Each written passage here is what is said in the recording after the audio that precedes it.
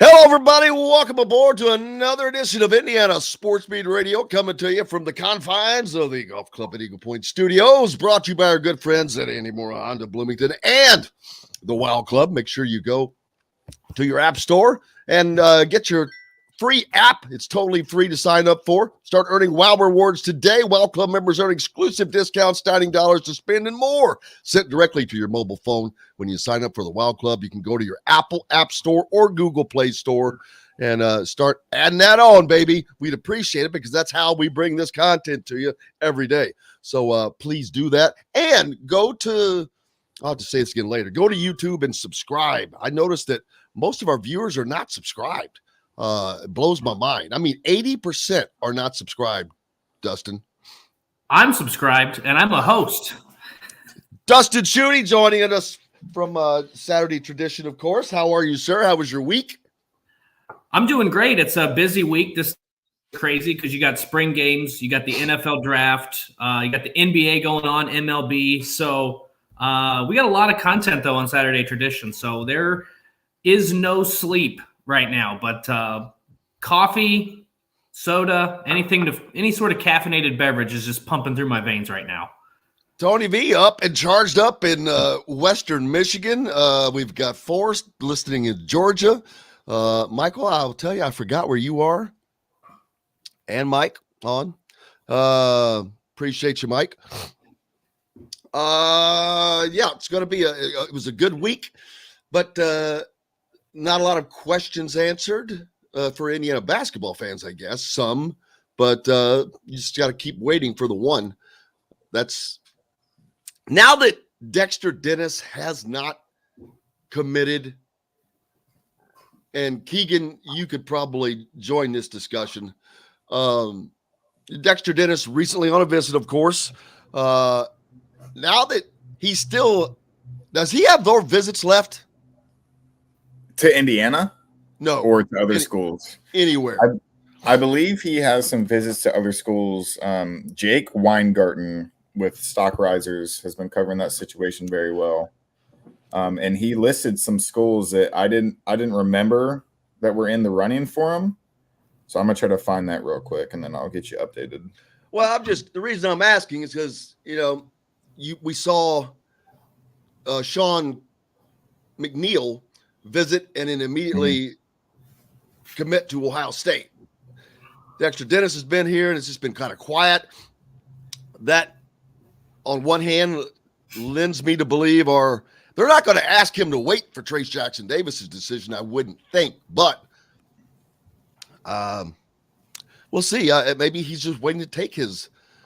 Maybe Indiana told him, "Hey, don't worry. You're our number one guy. We're not in that big of a hurry. Take your visits if you want." I don't know. Yeah, TCU is the latest program to check in on him, and Wichita State is also still in contention to keep him there.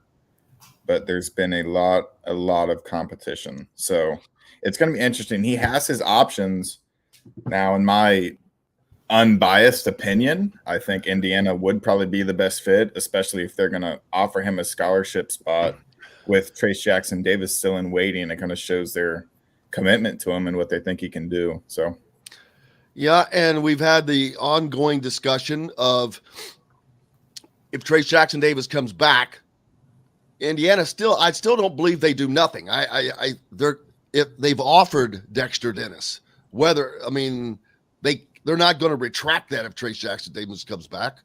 Mm-hmm. No, definitely not. So what do they do? What's your opinion on this scenario on how it works out? I've given mine multiple times. If Trace doesn't come back? No, if he does. If he doesn't, it's easy. If he does, I think that they kind of go forward with the team they currently have. I mean, they have a lot of options. So you think that they will retract the offer to Dexter Dennis? I'm not sure they'll retract it. I mean, with NIL, you don't necessarily need a scholarship spot to get a guy on a team. You can tell him to walk on and give him enough money to cover the tuition or whatever it costs it. So pretty much kind of what I said about Anthony Leal. Anthony Leal could slide down to a walk-on slot for a year, but NIL money to give him scholarship money of which he could make money because he gets a hell of a deal. Both of his parents work for the school. Yeah. And that's just a scenario, but what you just said works just as well and maybe better because you're not taking an Indiana or Bloomington kid off a scholarship for some outsider. And so I didn't think about that. Gee, wow. Yeah. And it's not even that he's a Indiana or Bloomington kid. It's that, he's been here for a long time and he's worked his butt off. So if I'm a coach, I'm not going to take away a scholarship for a guy that's put in the time each and every day. And, well, I would never have expected him to take it away. This would have had to have been a voluntary thing. Yeah. I only meant or suggested it as being a voluntary thing on Anthony's part if conditions were met. I'm not suggesting that it should happen in any way. Yeah. I'm just coming up with scenarios is all of way to manage that. But as dumb as I am, and I thought of the one that I just talked about, I didn't think about what you just said of just paying the guy. And so there you go. Yeah. That also depends on how badly they want to play for Indiana. So, because how badly Indiana wants them. Yeah, they could go somewhere and get a scholarship and get the. But it doesn't matter if you're getting the scholarship money because it's a wash. Yeah, but it's all about numbers. Whoever's going to get the most money, basically. Although scholarship athletes or walk-on athletes do not get everything scholarship athletes get. There are some things I need to find out what all that is, Dustin. I don't know what it is either. But first of all, I hate all of this conversation. That's number one. Number two is why is that? Because we're getting to a point where you're going to have to eventually we're going to see college basketball and college football have more divisions, in my opinion, if they don't put some regulations in, because what you just said is what's going to happen. People that have money there's going to be no scholarship limit. They've even said that one of the transformation committee or whatever the hell it's called that they are implementing in the NCAA now that Mark Emmert is down is they're looking at removing scholarship limits for all sports. I don't know how that's going to I don't G5 programs, mid-major programs have enough trouble competing at the power level anyway. So how are you going with no holds barred? Indiana's going to be able to pay or have scholarships available for any kid that they want. Down here, this is just an example, but down here at Kennesaw State, do you think they give a damn really about the basketball program? So what are they going to do? Well, I can tell you this. They can't compete. They have trouble competing at the high level anyway. Like, what becomes the point of it, in my opinion? Well, getting back to what Keegan said, I agree. That's a very easy thing for them to do, to bring him in as a walk-on, because other than tuition, room, and board, walk-ons are treated the same as scholarship players. They're given a cost of attendance stipend, a laptop, Adidas gear. They have access to all the academic support and life skills programs, the nutrition tables and the weight training. Yeah. So all you got to do is give him the damn money for tuition to cover it, and then on top of whatever else he gets. So that's an easy fix. But the other part of that too is you got to think about, if it's through a collective, what percentage are they going to get? You got to think about what kind of money are they going to lose through taxes. That's another element through this. I mean, it's easy to say just give them the money, but what are the other repercussions for that? I don't think that I bet you if it's going towards college tuition, that's not. I'm sure that they could arrange it to where maybe NIL, maybe Hoosiers for Good purchase and allow. I don't know. I'm just guessing. I'm trying to figure out scenarios, and if I don't know, I guess I shouldn't talk about certain things. But now, that's why I wanted. I have a question for Dustin. So we saw what happened with Nigel Pack in Miami, and I'm sure you've talked about that on the show since I haven't been here.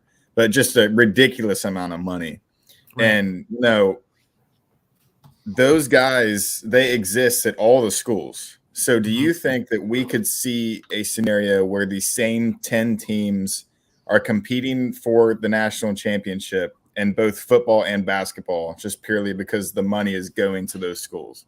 So it'll be the Alabamas, USCs, UCLAs, Miamis. There's probably less of a chance of that happening in basketball just because it's a one and done type of thing. And anybody can beat anybody in the NCAA tournament. But I think that, to your point, I think that could very well happen. If there are certain schools that have that kind of access and that kind of money and they pump it into their athletics programs, like I said, if you got a bunch of boosters at Alabama and they want to be dominant in football and men's basketball, and you eliminate scholarship limits, or you have some of these collectives set up, what's going to stop them from paying these kids? They get signed a 2-year deal for basically $1 million and a car. The one thing that I think could potentially turn this around, and I don't know that it will happen, is I don't think that this is smart business. No. I don't like to me, this Nigel Pack deal, what if he turns around and he's not I'm not saying he's not a good player, but what happens if Miami doesn't get to the NCAA tournament? Like, you would have lost a ton of money on that investment, in my opinion. Well, it's not Miami losing money. It's John Ruiz and Life Wallet. That's the bad investment. That's what I'm saying. You just manage it. You manage it the same as a professional team. You know, you take your hits. You still got the money that you can do it again, but depends on if he can play under pressure or not, because that is a lot of pressure. I think typically, though, unless you're a high draft pick, typically you have some sort of proven commodity. Like, people know, like, there's a reason LeBron James has all these endorsement deals. There's a reason Steph Curry, Paul George, some of those guys, Peyton Manning, Tom Brady. In college, it's not, especially when you transfer from one program to the next, there's a lot of uncertainty, in my opinion. Yeah. Like, especially he could go there and average 6 points per game. And so that's why I say, on some of these, not the collective stuff, not necessarily the NIL where you're selling jerseys, but some of these other investors, boosters, whatever you want to call them, getting involved in this, I just feel like if some of these things pan out where businesses pay or boosters pay these kids a lot of money and it doesn't work out, they might start to back off, at least in some degree. Yeah. I don't know that that's going to be the case, but that's the one thing I keep thinking may happen, because it's just so, in professional sports, it's, at least those guys have a brand. They're recognizable. Usually honest to God, and this is not a shot at Nigel Pack, but I would have not been able to know, I would not have known who he was at all. Especially if he didn't go in the portal. Right. Well, he averaged like 18 points a game. He's good. In a tough conference. He did that in the Big 12 against Kansas, against Oklahoma, Texas Tech, Texas, all those tough teams. So he's been battle tested, and he's from Indiana. So he's got roots. He's a solid player. I'm not saying he is or is not worth $400,000 a year. Okay. Because you know what you're worth? You're worth whatever the hell you can get. I understand that, but look at Amani Bates. He went to he was a 5-star, correct? I don't know if he was the top overall. Yes, he was number 1 overall. He was like a generational prospect. Like, but the difference there, everything was all on projected ability. This is also but you assume that Nigel. No, this is seed ability. But you are taking a risk that Nigel Pack goes down, and I agree. He's a great player. You look at his numbers, but it's all a risk. That's what I'm saying. When you go to professional athletics, it's way less of a risk, because he could go there. He could have issues with his teammates, with his coaching staff. He could have issues with some of the. You don't know what's going to happen. You can take the money out of it, and those problems are still there. The money has nothing to do with what we're talking about. That has nothing to do with it. So it's irrelevant. Then what are we talking about? We're talking about this kid. I thought we were talking about this kid getting $800,000 for 2 years. And then, but what is the gist of it? Is it because it's too much? Is it because it's not enough? There are plenty of people getting paid much, much more than that have NIL deals that are much greater than that. This is a point guard going to Miami for 2 years. Got a great deal, but he got a hell of a deal. Trace Jackson Davis's deal, if he comes back, it'll be better than that for a single season versus the single season. Sure, substantially. But I mean, it would. I would guess that if Trace comes back, his deal is going to be at or above Nigel Pack's total deal for 1 year. Okay. There's a lot of quiet rich people in Indiana. Listen. Indiana. I like that. Indiana fans want Indiana basketball to be Indiana basketball. And this is the fastest and easiest way to get there. And to buy everybody a else. championship. And do you think who else is not doing it though, Dustin? Do you think Kansas, Duke, Purdue, Michigan State, everybody has NIL arms. So Purdue does not have NIL arms. They've said that they're not gonna get into this. Other schools in the Big Ten are setting up those collectives. Some of them are on a much smaller scale. Like I think Iowa, Tom Kakert, I think said that they're looking at somewhere in the $10,000 to $15,000 range. I don't know the specifics of it, but there are programs that are not dabbling in it because they think it's considered quote unquote inducement. There's no doubt that it's an inducement. That's no question. But these schools are ignorant. Any school that does not do it is just completely ignorant. Whoever is making that decision, because you don't have a choice. That's like saying, "All right, I'm going on the interstate," and they change the speed limit to 80, and you're going to drive in the fast lane. Say, "I'm driving 40." Well, that ain't going to go over too damn well. So but here's the thing, though. I know this would be my. Do we have somebody coming up next? Keegan, do we have somebody coming up next? We're fine. He's muted. So my counter to that would be, in that regard, then everybody who wasn't paying players in the first place, legally or illegally, was stupid anyway, right? No. Kansas won a championship, and they're not going to get punt. What are they going to do? Take it away? Big deal. No, they're not going to take it away. They're not going to take that championship away because those players that won that was not involved in that crap. I don't know if those sanctions. That's my point. That's the thing. It doesn't matter. It hasn't mattered. You get your banner taken away, big deal. Usually the team after the championship is the one that pays for it. So the Big Ten has been stupid for 22 years because they haven't won a national championship, and a lot of those teams didn't pay the players behind the scenes. But we always talked about how teams like Kansas, LSU, some of those teams, Louisville, Kentucky, were paying players, Duke. North Carolina, we're buying championships, all this stuff. And now all of a sudden, because it's legal, like, I don't know. I have a different viewpoint on it. I'm not saying you're wrong. I'm just saying I don't like it. I just know that it has to be accepted because it's here. It's not going to change. I mean, it's like a tsunamis coming. You're like, well, I'm not leaving. I'm staying here. There are people Guess what? Do that. Guess what? That tsunami's coming, baby. And when it does, it's going to wipe your ass out. So Purdue, being Purdue, I don't know why. Maybe they don't have the deep pockets. I mean, they probably don't. Have you ever been to West Lafayette? It looks like a mortuary school. I mean, it's not a good looking place. And it's just, I'm not meaning to be harping on him, but it's not I just remember last time I was there in the football stadium, and there's a dining area outside the press box, and you can see the windows that you can look for the campus. And I'm like, good Lord, these buildings are it looks like they look like the old mental hospitals with all the old yellow bricks everywhere. And it's not an attractive place. Yeah, but Bloomington doesn't have any of that, do they? No. It's called limestone. That's right. It's beautiful. It's the most beautiful campus in the country, one of. But we've got to take a break. But I want to continue this conversation because we're fired up. It is what it is, though. It's not going to go away. In Indiana, this is the best and quickest way for them to get back. We got to take a quick break. Don't forget our good friends down at BB's Marketplace.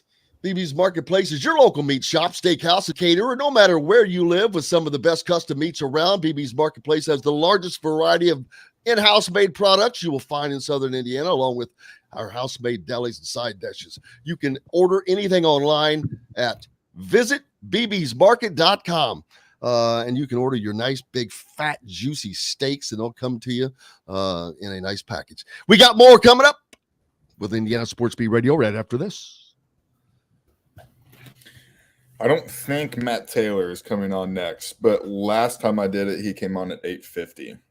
So that should be this upcoming segment, but did he not respond? I'm not sure. And Jim, who are we? John didn't send me a lineup. I know that Matt Taylor and Chris Denari are coming on today, and I'm guessing Chris is near the end, and Matt is. Chris is at 9:50, I think. Okay. Yeah, Chris is usually in that. I think those are the only two guys, Keegan. I don't think I saw anybody else on that. It shouldn't be. It's just those two. This is just a Dustin day, baby. Well, we're off to a hot start, aren't we? Well, it's always because we don't ever need anybody else. But they got Dustin. Who does Matt Taylor root for collegiately? Do you know? Indiana. I think he's an IU guy. Yeah, he's an IU guy. Yeah. Yeah. Let's see. I have not seen anything happening with the Colts. I saw Ryan on TV yesterday, but I didn't hear what he was saying. He was on the Pat McAfee show too, wasn't he? What'd you say, Dustin? Wasn't he on the Pat McAfee show? Oh, here he is.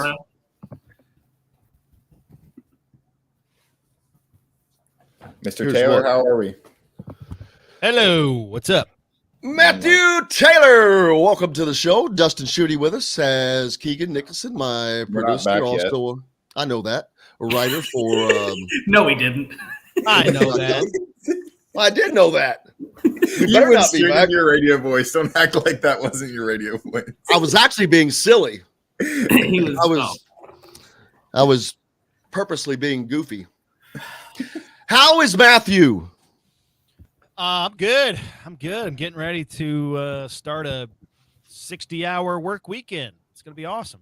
I was just going to say, did you get your final nap in? Yeah, it's when is the draft? Tonight. Tonight. I thought it was tomorrow. Stuff, man. You should host a radio show, Jim. Well, I thought it was yesterday. I haven't. Man, I've been covering some other stuff, brother. I've been spending my weekends in gyms and 40 seconds. Chasing high school kids. Hey, that sounds creepy. Can't say that. Well, you know what I meant. On today, the last edition of Indiana Sports Beat. Local Bloomington radio host.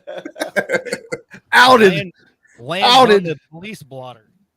Outs himself. 10 seconds.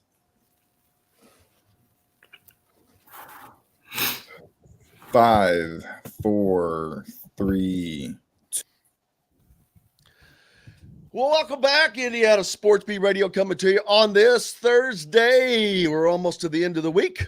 Looking forward to getting to the weekend. Matthew Taylor, voice of the Indianapolis Colts, joining us now. Sir, how are you doing? What's up? What's going on?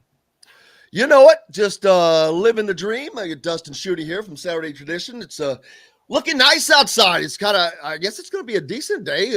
But this has been a weird spring, man. It has just been a roller coaster up and down. What spring? I don't know what exactly spring of which you speak, but that was nice. It's going to be. Hopefully, we turn the month of May here, starting this weekend, and start to get some consistent temperatures in the 60s and 70s, and then before you know it, it's the month of May, and then it's all about racing up here and the Indianapolis 500. We got the draft this weekend, so it's the lifeblood of the NFL. So a lot of Colts fans are excited to see what they do, a lot of positions in play, and how much better can the Colts become in a short period of time here this weekend? Well, that is a big question. Obviously, you've got Matthew Ryan just in time for this. And does he play a part in talking to Chris Ballard about the available guys out there?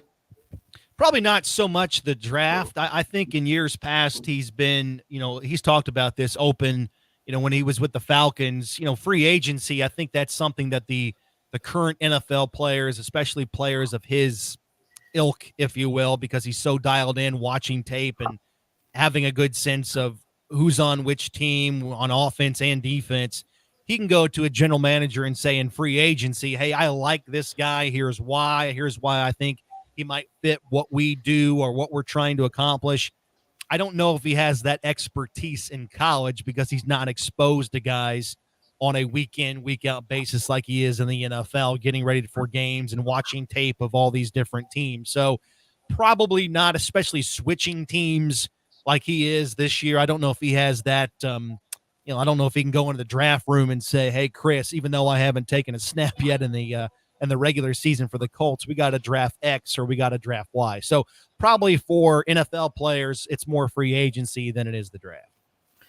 Matt, you look at some of the Colts in position needs, and wide receivers one, left tackle is going to be one.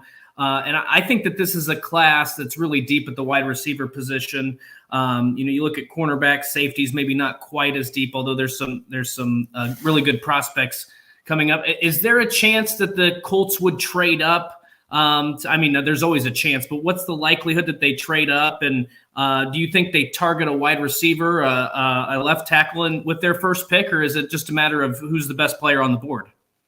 Yeah, I think there's always a chance. The thing about it is when Chris Ballard spoke last week at his pre-draft press conference, I think, mid to late first round and probably all the way into the beginning of the third round, the talent evaluation for those guys or that talent pool, it's pretty similar. It's a pretty wide gap between, your blue chip players, your top, 10 to 12 guys, and then everybody else all the way down to, I think, maybe, again, the beginning of the third round. So I think they would absolutely have to love a guy, and he would have to slip through everybody else's fingers to get down to the Colts, where they might be in a position where, hey, I can't believe this blue chip player on our board is sitting there at 20 or 25. I mean, that's still a big jump for the Colts to go from 42 into the middle of the second round. They would have to give up a lot to get a player that they were absolutely in love with, that they thought would go,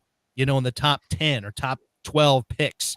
So it's always in play, but I think the more likely scenario is that they trade back, knowing, again, that talent pool that I just spoke of is pretty deep. So if they go from 42 to 50 and get another two or another three and get, 3 players, if you will, from that talent pool instead of one, that would be a little bit attractive. But I think, philosophically, it's still always going to be best player available. And every year they go in, every team has needs, and the perceived needs on the outside for the Colts, as you said, it's wide receiver, it's left tackle. And I think inevitably what's going to happen is best player available for the Colts on their board is going to intersect with position of need. And that's when they'll pull that card. And, just hypothetically, like, if to keep things simple, if they have a rating system of 1 to 10, right? 10 is the best rating they can give a player, 1's the worst. If they have a wide receiver rated 8 or a linebacker, let's say, rated 8, if the valuation is even or similar in the same ballpark, then they would go, position of need would trump, anybody else at that spot in terms of the evaluation. So I think inevitably they're going to come away with, some really good players that perceive needs, wide receiver, left tackle. But I think that's how deep this draft is. Even if they don't get wide receiver on day 2 or the second round, I should say, I mean, you can probably go get 85, 90, 95% of that guy later on in the draft in round 2 or round 3. So it's going to be fascinating to see how it plays out. It's really, really deep at the skill positions on offense. And there's going to be a bevy of guys to choose from, I think, for the Colts, no matter where they're picking on Friday of the draft.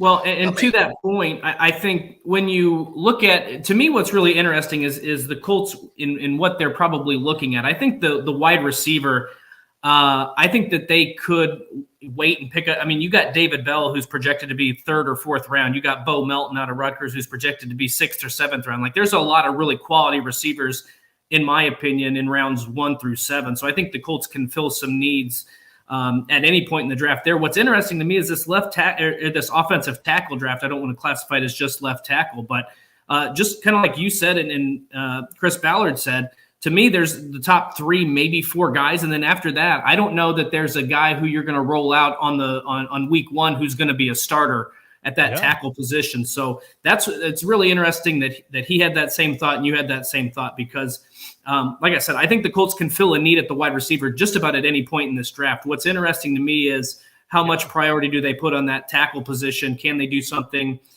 through free agency or add some pieces through trades or whatever they need to do? But that's what sticks out to me is the gap, I guess, between the number of guys at left tackle or offensive tackle who can start right away to probably a year or 2 as a rotational player. Yeah, I think you're exactly right. I think there's a bigger drop-off between the top tackles in the draft as compared to the top wide receivers. I think the top 2 or 3 tackles, are going to go in the top 15 picks. And then after that, you may not see a tackle go, until the middle of the 2nd round. And I think there's going to be guys to choose from in that regard for the Colts. A guy like Tyler Smith out of Tulsa, Bernard Raymond out of Central Michigan, Daniel Falalele out of Minnesota. They might be there, but they're not going to be those plug and play. This is our left tackle of the future for the next 10 years, right? A multiple contract guy. It's more of this is a guy that's going to add good depth. We'll see what he turns into. We'll see what he can develop into. But that being said, at the wide receiver position, it's loaded. I mean, you can get a day 1 contributor, a guy that can play a pretty decent role for you, get you 400, 500 yards as a rookie, hell, even in the 4th round. I mean, to steal what you were talking about earlier, Dustin, I mean, David Bell, a guy that we're all tracking and rooting for, because he's a local kid out of Warren Central and Purdue. I mean, he averaged 100 yards per game for his career in the freaking Big Ten, and he's going to go in the 3rd round. All right, so that tells you how deep the talent pool is at wide receiver in this draft and what you can get if you're still patient. But maybe there's other positions that are not as deep that you still have, pegged as needs that maybe you could address earlier in the draft, knowing the drop-off is bigger there at that spot than it is at wide receiver. Speaking of 3rd round, and David Bell's there, and the Colts have a 3rd round pick, is there a possibility that lines up? Well, I mean, always. Yeah, absolutely. Always. And, they've had a front row seat to him his entire career because, again, growing up in the backyard at Warren Central in high school, I mean, the buzz around him as an athlete's been going on since he was a sophomore in high school, a dual star player in both football and basketball. So they've had those clips on him the entire time. And then with him going to Purdue, I'm sure they've had, a Big Ten or an area scout on him his entire career. So they've watched a boatload of games live. They've got all of his tape. He was at the local pro day a couple of weeks ago. Now, he wasn't working out, but he was physically there. So they were able to talk to him. It's kind of like an extra interview because, Chris Ballard was talking to him on the side, kind of picking his brain. And you're just trying to figure out who this guy is, what makes him tick. What kind of character does he have off the field? So they've got a lot of good intel on David Bell. And if he's there, late in the 2nd round or early 3rd round, and he's the best player on their board, no, they will not hesitate at all to make that pick. Well, who are the Colts going to satisfy with their first pick, do you think? I think that, what's it, 42? They've got 42, 73, and what's the other pick?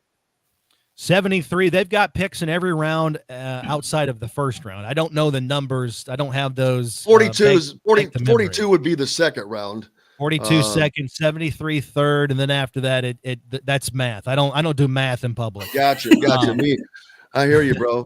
But the first need, or is it the left tackle, or is it wide receiver? I mean, I wish I could tell you. I mean, that's the thing about my evaluation is not your evaluation, and it's not Chris Ballard's evaluation. So I don't know. I know this. They're not going to, again, if I could just keep it simple and do the 1 to 10 rating scale. If everybody says, oh, you got to get a wide receiver, T.Y. Hilton still in free agency, Zach Pascal's gone. The only thing you have is Michael Pittman Jr., which I don't agree with, but that's the perception out there. So that tells me something.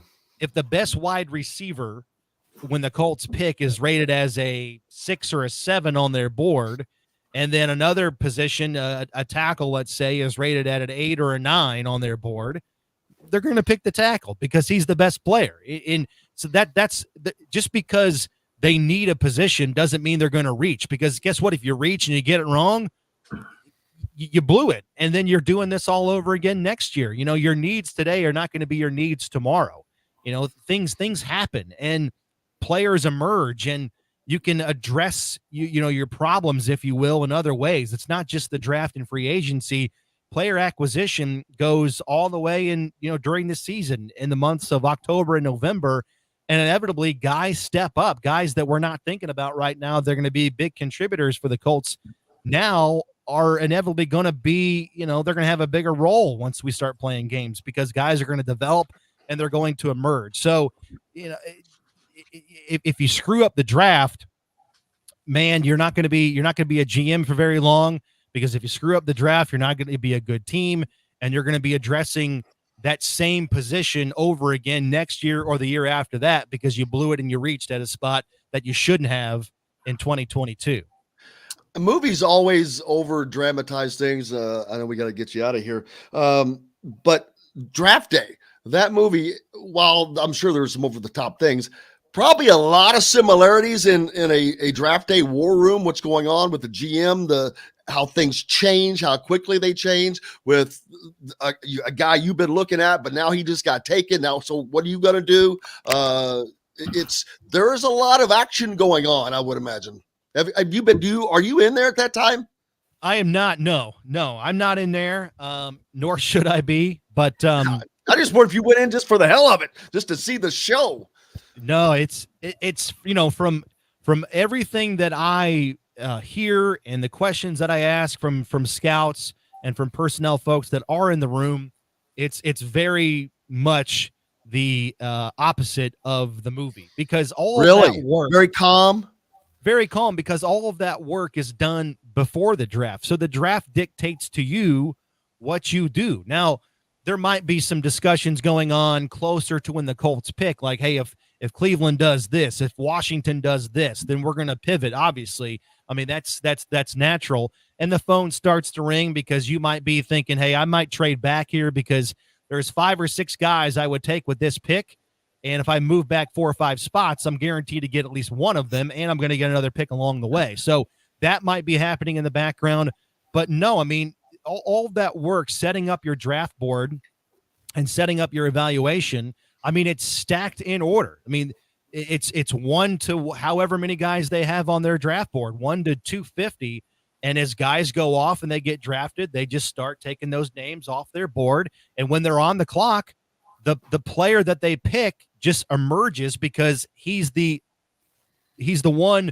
It's the name that's the highest on the board when they pick. So really, all of the stress is taken off their shoulders before the draft even starts, because the evaluation and the draft board dictates who they pick when they're on the clock. I don't know if that made any sense, but it's really kind of stress-free because all of the work and all of the anxiety is done before the draft even starts.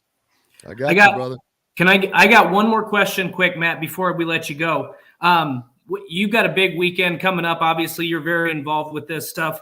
What all do you pour into the draft? I mean, what are you doing for these next, basically tonight through probably Sunday? What does the weekend look like on draft weekend for Matt Taylor? He's taking drinks around to everybody. He's taking the drinks all around to Chris Ballard and all that. Right. Yeah, I'm filling up coffee and getting everybody snacks in the cafeteria. Just hey, many hands make light work there, Dustin. That's right. No, we're doing radio stuff. We're going to be doing live updates a couple of times per hour once the draft starts tonight and tomorrow. Those updates are going to be on our flagship station on 93.5 and 107.5 The Fan. They're going to be carrying the live national broadcast on ESPN Radio tonight and a couple of times per hour. We'll have updates, myself and my color analyst, Rick Venturi, former Colts coach. We're going to be updating what's going on. We'll get his thoughts on the picks so far, how they indirectly affect the Colts. We'll do that tonight starting at 8 o'clock. We'll do that tomorrow night starting at 6:30.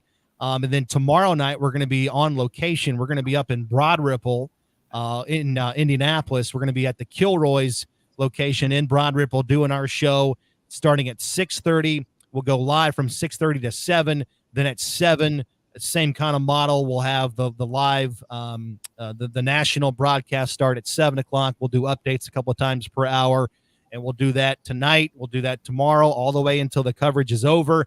After the draft, those nights we'll have podcast recaps of what the Colts did, what they didn't do, the trades, who they picked. We'll have all of that breakdown on Colts.com, the Colts Audio Network, anywhere you can get podcasts. Just search Colts. We'll be there for you. We'll have draft breakdowns, live podcasts after each round, and we'll have just overload of draft tonight, tomorrow, and then Saturday.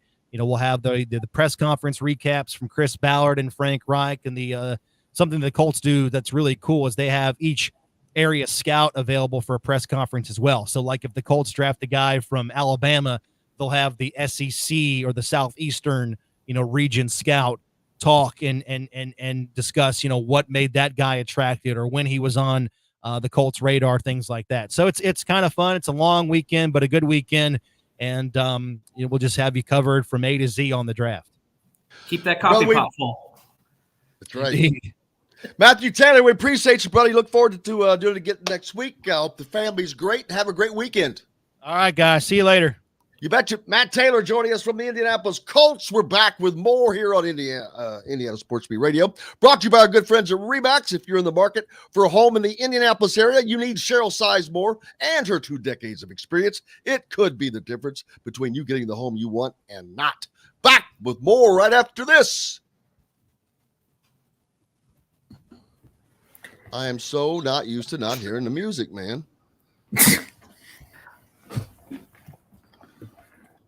Do, do, do, do, do, do, do.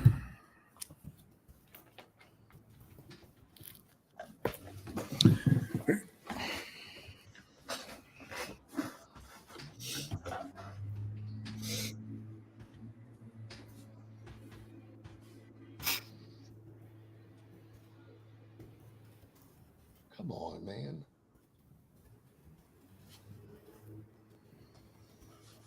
Mm-hmm.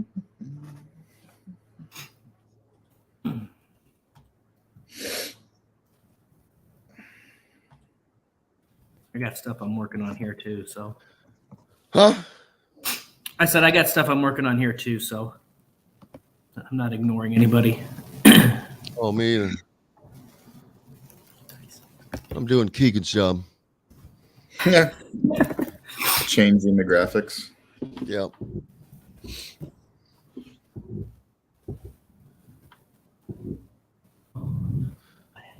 Hey, there is a let's see, does he have it on here? Yeah. No, is that the right one? Nope. There's both the golf outings. One of these is not wrong. It's set. Oh, there's the crawfish spoil. There we go. Damn it, quit. There we go.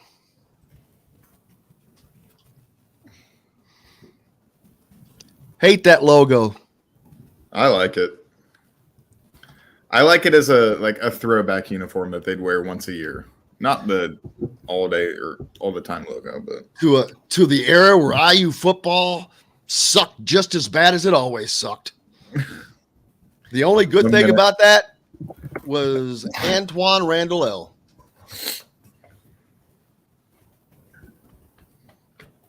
Of all people, though, Cam Cameron did that. You know what, though? It's almost like an idiot genius kind of thing. Because now, anytime people see, there's no doubt Antoine Randall L benefited from that. Because anytime you see that logo, that's immediately what you think of, or who you think of. I don't think of anything else. When I see that logo, I think Antoine Randall L. Nothing else. The old Raptors logo, you just think of Vince Carter. Vince Carter, yep. That's a great comparison. I like the teams. Seconds. I like the teams that don't change. Oh, jeez. Like the see Colts, this? They never change locations. Hey, have y'all seen this? No. What am I looking at? What is that? Kevin Brockway. That's who I thought it was. All right, Matt, do you want me in for this, Jim? Sure. 5, 4, 3, 2. Welcome back, Indiana Sports Beat Radio, coming to you on this beautiful Thursday. Hope you're having one wherever you are. I know we got people listening all over the place, and we appreciate you guys. Our good friends down on the ref, 97.7 ESPN in Evansville. Hope you guys are having a great day, as well as those over on WBRO as well in Marengo. And everybody everywhere else, man. Mike's down in Crestwood, Kentucky. Tony V's in Western Michigan. Sean's in Yorktown. Larry's down in South Georgia. I know Forrest was in South Georgia, but I think he's on his way to Bloomington. Jennifer down in Evansville. James the Truth is down in Evansville. Tim in New Albany. They're everywhere, man. We appreciate you guys more than you know. Thank you so much. But one thing I ask, please, for those of you that are listening, whenever you're listening, please subscribe and like. It helps us immensely. So please do that. And if you don't mind, if you're a Twitter user, give me a follow on Twitter at Jim Coyle ISB. Hey, Dustin Schutte from Saturday Tradition is sitting in with us today. Keegan Nicholson is in the producer's chair, but also joining us as we were talking about NIL in the earlier segment. And see, Tom Wright says, if we get to a point where what was an indiscretion is no longer, which we've already passed that, do we need an NCAA? See, there's a point. What is the, and that's this segment, what is the use of or need of the NCAA now? And I think that's why they're going, well, I know it is. That's why they're going through all this restructuring. Will there still be an NCAA? I think there absolutely will be, because there has to be something that the schools have to have a central place to police this. Okay. Or are you going to turn it all over to the conferences? And then that's completely. But here's what I don't understand. Okay, so, and I don't know. I'd have to reread this story. It was by Ross Dellinger at Sports Illustrated, who had the inside scoop on this transformation committee, or I can't remember exactly if that was the name of it. And I can't tell you whether that was a separate committee or whether or not that was a within the NCAA. But you look at some of these proposed changes, and like I said, if they are looking to eliminate scholarship limits, they're looking to basically allow as much NIL money as possible. Implement which is funny, which is hilarious, because 2 years ago they were on the opposite side of that fence. But the thing, when I read that story, is I'm looking at it, they're going to turn a lot of these decisions over to conferences. And so to me, I'm like, what's the point of the NCAA? Now, what it might translate to is maybe the NCAA becomes the governing body for Division II, Division III, and that's it. I don't know. But I think you might see, we've heard that the past 3 to 5 years maybe, that these Power 5 conferences are looking to kind of take over and do their own thing. That might be a possibility. Otherwise, I don't know what the NCAA's purpose is going to be in all of this. Like, they don't handle decision making very well. So they might wash their hands clean of Division I and just manage Division II and Division III athletics, or just Olympic sports, or something in that regard. Because if you open this up to open season, which it has been, and there's not going to be any repercussions, then what's the point? Just turn it over to the conferences. Let them figure out how they want to reshuffle, reorganize, what kind of rules they want to implement. Because the thing to me is, you're going to have all of those conferences on the same page. You can't have, and this is just an example, you can't have the Big Ten say, well, no player can make more than $500,000 in a year. And then the SEC say, well, we're going to allow players to make up to $5 million a year. So you can't, they're going to have to be on the same page. I don't know. I can't say on radio how bad they've screwed this thing up. But again, if you would have just taken baby steps throughout this whole process, where you allow these autograph sessions, you allow players to profit from their is Jim talking on his phone right? If you would allow these players to get in on the NIL, profit from those video games, profit from jersey sales, take a couple hours to do an autograph session, or use their skills that they're learning from these classes and put them into the real world. if you would have just gradually evolved, we're probably not in this situation. Now, maybe you still would have had the players like the Trevor Lawrences and the Bryce Youngs and the CJ Strouds who would be making a lot of money, but I don't think it would have been this tidal wave where you just can't avoid it. And I don't know. It's going to be interesting to see what the NCAA does. But again, Mark Emmert jumped ship. I don't think that's by accident. He probably knows that it's sinking. To me, they're just reshuffling the chairs on the Titanic, right? Yeah. I don't know. Going back to the conference thing that you mentioned, I don't know what you're talking about because everyone's going to get along and everyone's going to sing Kumbaya and it's going to be perfect. Yes. The SEC is going to say, hey, let's make everybody – the SEC is going to say, hey, it should be equal for everybody. Not. When someone loses because someone's getting paid too much, it all goes downhill. Takes one thing. That was an important phone call. That was Brendan Sweeney from French Slick. That's why I answered that. The Big Ten Championship golf, by the way, is going on this weekend at French Slick. Just to throw that in. Is it really? Yes. Didn't know that. At the Pete Dye course. How about that? How about that? And I think I'll be doing the show live from there tomorrow morning. So getting that set up. So wait, during the golf championships, or is that later? No, that's not. That's not till May. Huh? No, it starts tomorrow. Oh, it does start tomorrow. Okay. The Big Ten championship is tomorrow at the Pete Dye course, and no, they'll be out because they'll be teed off. I'm certain. I can't wait until you have some sort of reaction to something and shout across the course while somebody's in their backswing. You could really alter the outcome. You're the man. You're the man. And that's all I you take a blowhorn with you. I hate those people that you hear as soon as somebody hits. You're the man. You're looking for 15 minutes of fame. That's all. Shut up. Just shut up. I'm like, shut up. My favorite one, and I don't know where. I can't remember what video I saw it on, but I think it was Justin Thomas teeing off, and it's two guys in perfect sync. They go 1 point Gryffindor, right after he is. That was my favorite one. All right. So let's get back to what we were talking about. Let me read you some of these potential changes. We're talking a major ratification. If you didn't get what Dustin just said, let me take it a little bit deeper for you. They're looking into the possibility of eliminating scholarship caps on sports that only offer partial scholarships, like baseball. Unlimited scholarships there. Right now, that is not the case. Most baseball players are not on are any baseball players on a full scholarship? Keegan? Very, very, very few. My buddy that goes to Eastern Michigan, I think he might be on a quarter scholarship, and they can just split them up however much they want to. And you played college baseball, right? I played at a junior college, so they give out scholarships to basically everybody. But you know what? That's better than going to a D1 school. You got to pay for it.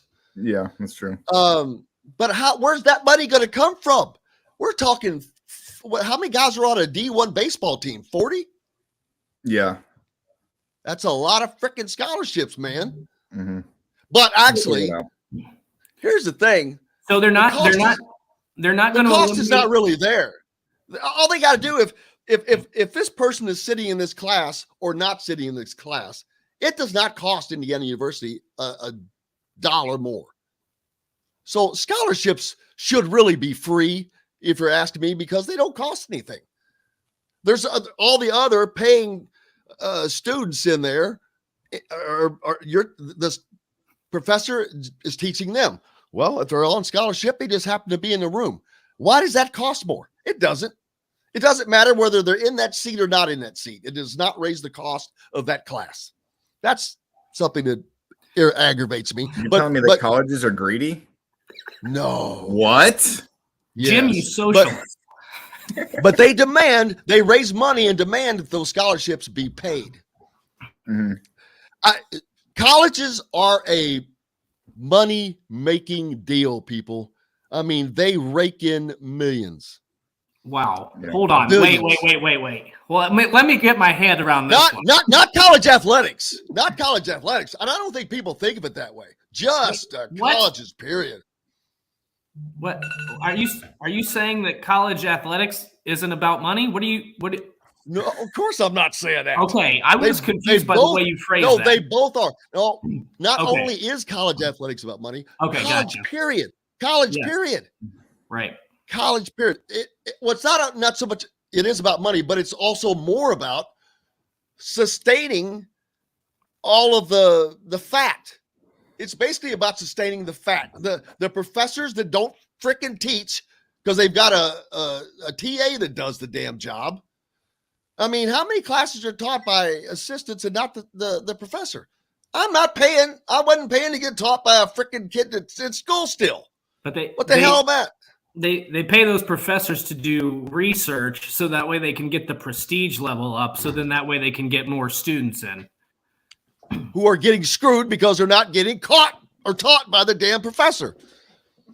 I'm not Thanks. disagreeing with you. I'm just saying that's what ends up happening. And they probably end up they probably end up getting more grant money, more aid from the state, all that good stuff, federal grants, all that good stuff. I mean, they've really run a monopoly. Well, it's not a monopoly because you got 8,000 different colleges across the country, but I mean, All right, let me get back to, I got off by eliminating the partial scholarship caps. Number 2, abolishing the limitation on the number of coaches per team. You could have 25 football coaches, 10 basketball coaches. Now, this is what cracks me up about the NCAA. Everything with them is a 180. It is here all the way because they've been so damn unwilling to do anything. They were so stuck in 1940, and now they've screwed themselves. That's why Muppet Mark's out of a job. He must have, after a while, I said, it's probably not Mark Emmerich fault. It's the schools telling him what to do. I don't know that was the case. He got his ass fired. Maybe he was telling them the whole time, no, don't pay. And they end up in this mess now, and it's crumbling. Their kingdom.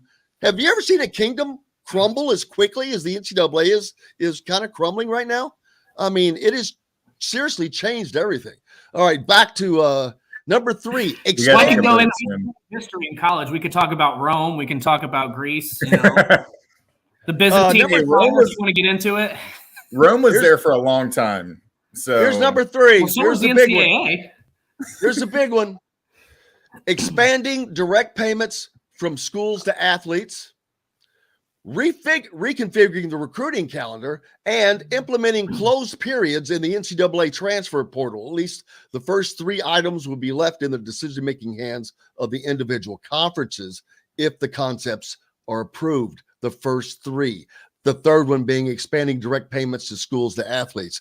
Hello, SEC. Da, da, da, da, da. And again, isn't it weren't they looking to basically eliminate the dead period or the quiet period in recruiting? There's more. Yeah, there's more. So again, what's the NCAA going to do if there's no limitations? They're looking at potentially changing the portal to being open for 3 months out of the year. Here's okay. I'm going to interrupt you here. Not that I haven't been doing that all morning anyway. This is what I think they need to do with the transfer portal. They need to as if it's a real thing. They need to not allow players to enter it right after the season, because you have so many knee-jerk reactions of I didn't get enough playing time, or I don't fit this system, or there's a new coaching whatever the case might be. Like, don't allow players to jump into it immediately after the basketball season. There needs to be, like, maybe you open it up in June and July for basketball players, and maybe you open it up in February and March for football players, or whatever it might be, because I think there's so much of a knee-jerk reaction. And you look at some of these, like the statistics, I think it's 44%, it's over 40% didn't land with a Division I program who entered the transfer portal or weren't on scholarship with a Division I program. Now, obviously, some of that can change because of the NIL stuff, but everybody thinks this is great for kids. And in some situations it is. Kenneth Walker went to Michigan State and flourished. Michael Penix was going to be out of a job at Indiana as the quarterback, and now he's going to Washington. He's going to get another chance. So in certain circumstances, I get it.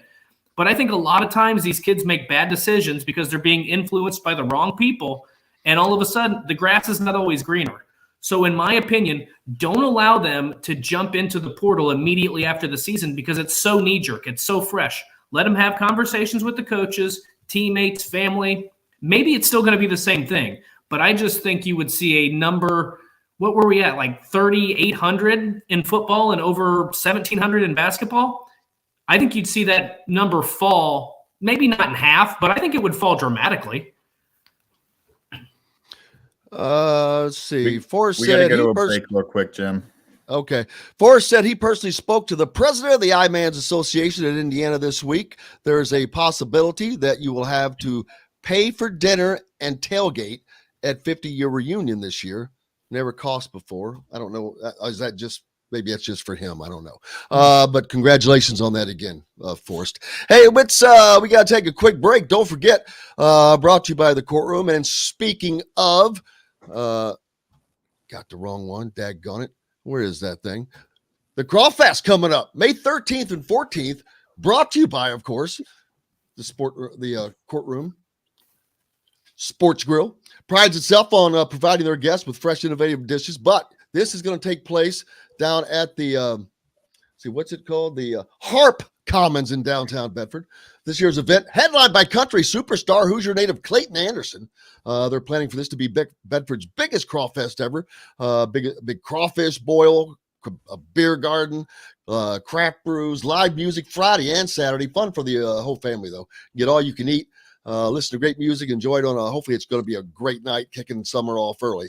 But for more information, just go to the Courtroom Sports Grill Facebook page, and you can find out all about that. That looks like that is going to be an absolute blast coming up. That's in between Derby and Indianapolis 500. So there's that. Hey, we got more coming up. Dustin Schutte's with us. Keegan Nicholson, we're back right after this.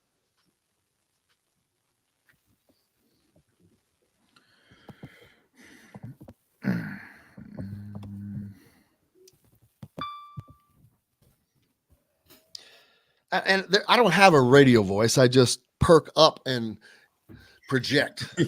Sure. 30 minutes ago. Well, when I hear radio voice, it sounds like a fake voice. Like, hey, welcome back. Hey, everybody. How are you doing? That's, to me, a radio voice, a fake radio voice. I just perk up and talk louder. Enunciate. Which can get you in trouble in public places. People think you're yelling. I'm like, man, I just talk loud. I'm sorry. This is why I'm concerned about you being at the golf course. Well, I can't wait to see what we have on Big Ten Network. It'll be fun. Well, it'll be Radio coming. host escorted off French Lift Golf Course. I've done many shows from there. Do they put you in the clubhouse? Yeah, I do the show. If you've been to the Pete Dye course, there's the old mansion that sits on the hill that is their clubhouse of sorts. And it's just an old mansion. It's the old mansion on top of the hill that they've kept, and it's cool as heck. There's a room on the end. I'm sure where back in the day they enjoyed Sunday brunch. Back in the 20s and 30s, overlooking the land on one of the highest points in the state. That's a pretty cool spot. And because you can see the golf course. Nice. It is just, it's the most beautiful. Dustin, if you haven't been there, it is just the most beautiful golf course I've ever seen. Walking on it is just awesome. You just want to look around the whole time. I love being there. And I kind of like, it makes you not think about golf as much.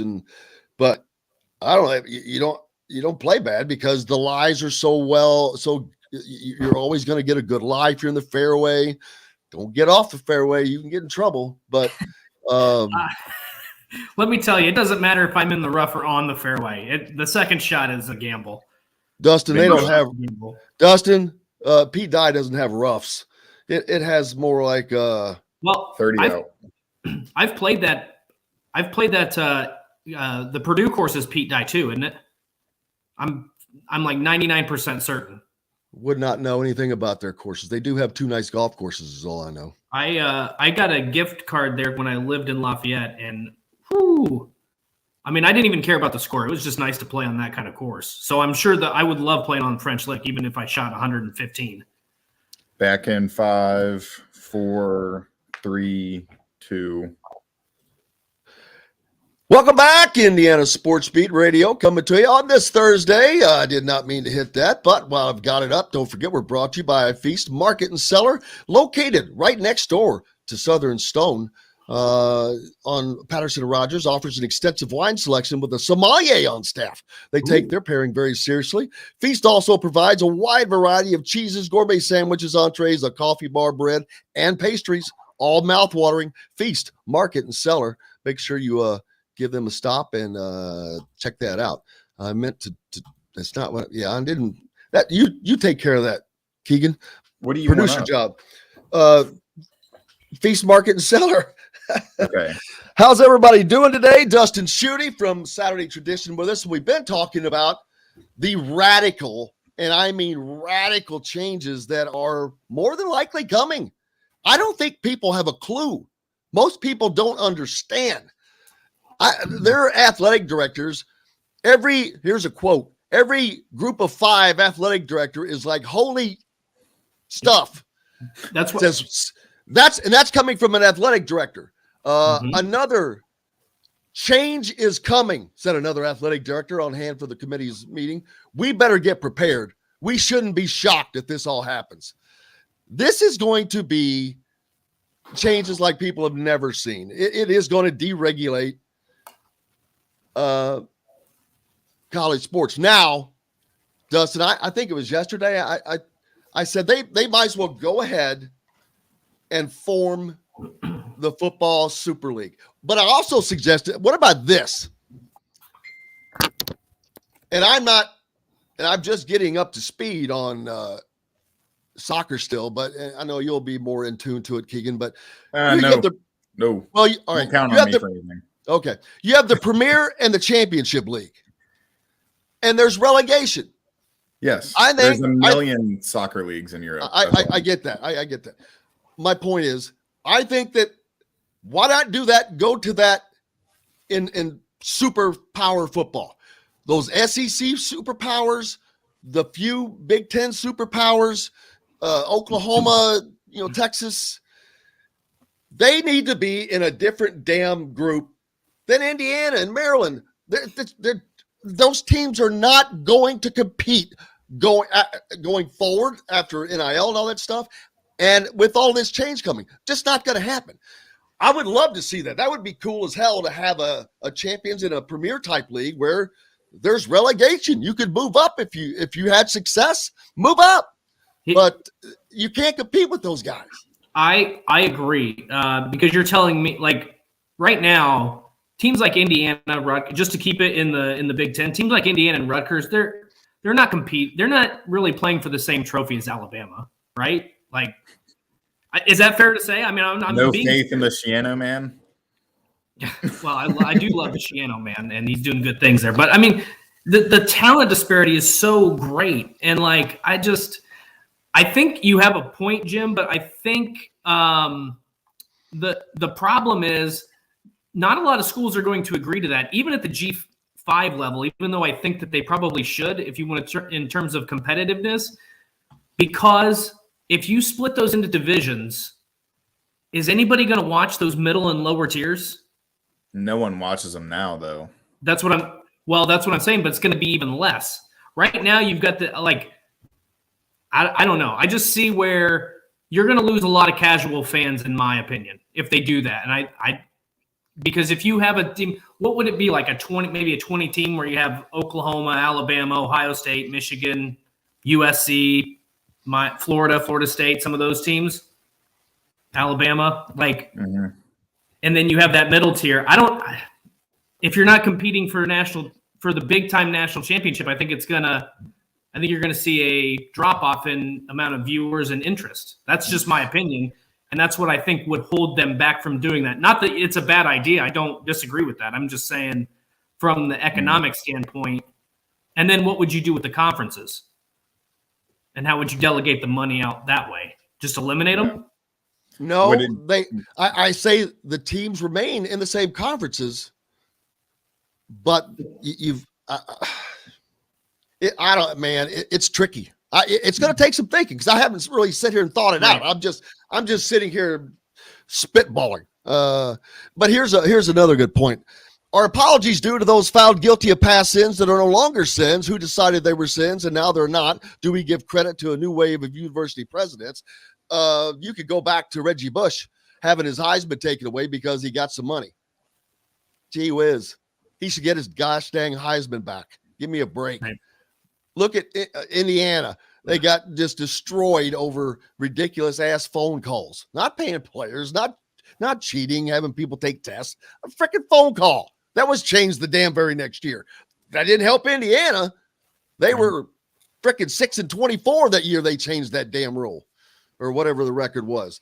And no, I mean, but it does suck if you're one of these teams that it's under investigation for them, that what they did 2 years ago is going to be perfectly legal. Well, it is perfectly legal now.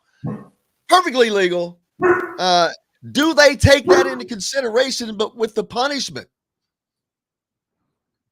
Keegan? I'm not even, I don't know how I feel about all that forgiving past sin stuff. There's a part of me that, which I know the Bush situation is more complicated than he was getting money and then he got suspended. I think there's other stuff that's going on that makes it more questionable, but I agree. There may be. I consider myself kind of a rules guy in all honesty. So if you broke a rule, I think there should be consequences. And I'm not saying that they shouldn't be punished. I'm saying it sucks for them. Well, no, it sucks. No, it sucks. I totally agree with that. To me, I don't know. The whole forgiving and not, I don't know what benefit that does for a lot of people now. If you give Reggie Bush his Heisman back, who cares? It doesn't affect me. Like the only person that affects is Reggie Bush, right? For the most part. Mm-hmm. If you reinstate Ohio State's wins, I don't care. It doesn't make me think any differently of those teams. I